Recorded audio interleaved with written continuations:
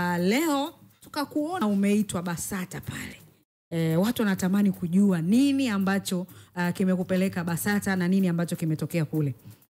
Okay, kwanza nitarudia kile ambacho nilikizungumza kwamba huwezi kuwa msanii mkubwa bila kuitwa BASATA. Naam. Kwa bahati mbaya sana watu wengi wametengeneza mtazamo kwamba ukiitwa BASATA basi ni wimbo kwenda kufungiwa, ni rungu, ni nini.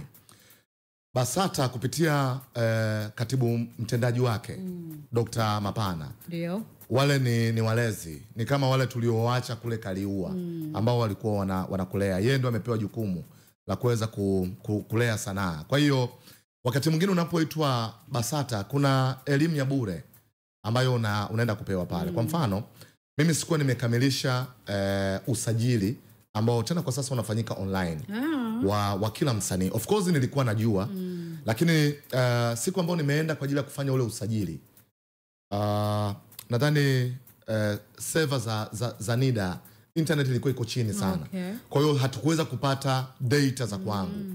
Ndio maana sikukamilisha ile usajili wenyewe. Okay. Lakini nilikuwa nimekwenda kwa ajili ya kwenda kufanya usajili kabla sijaiachia hata hiyo ngoma yenyewe ya Mniombe. Sasa kwa sababu usajili haukuwa umekamilika, kwa hiyo cha kwanza nilichoenda pale nimeambiwa ni muhimu pia kwangu mimi mwenyewe kuweza kujisajili, kupata identity, kuwa mtu ambaye unatambulika na umejirasimisha kama mwanamuziki, ili kwa lolote, kwa chochote watu wao wanajua wanasimama na wewe wapi. Hicho cha kwanza. Lakini cha pili, nimeitwa na kupewa mwongozo wa sanaa, ikiwemo maadili na vitu vingi sana vya kuzingatia wakati wa composition ya muziki na mambo mengine mengi ambayo yanaendelea. Kwa hiyo kuna elimu nyingine ya bure ambayo nimeipata pale BASATA. Kuna vitu vingi ambavyo sikuwa navifahamu.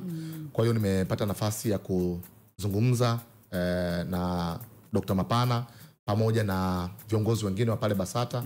Nimepata elimu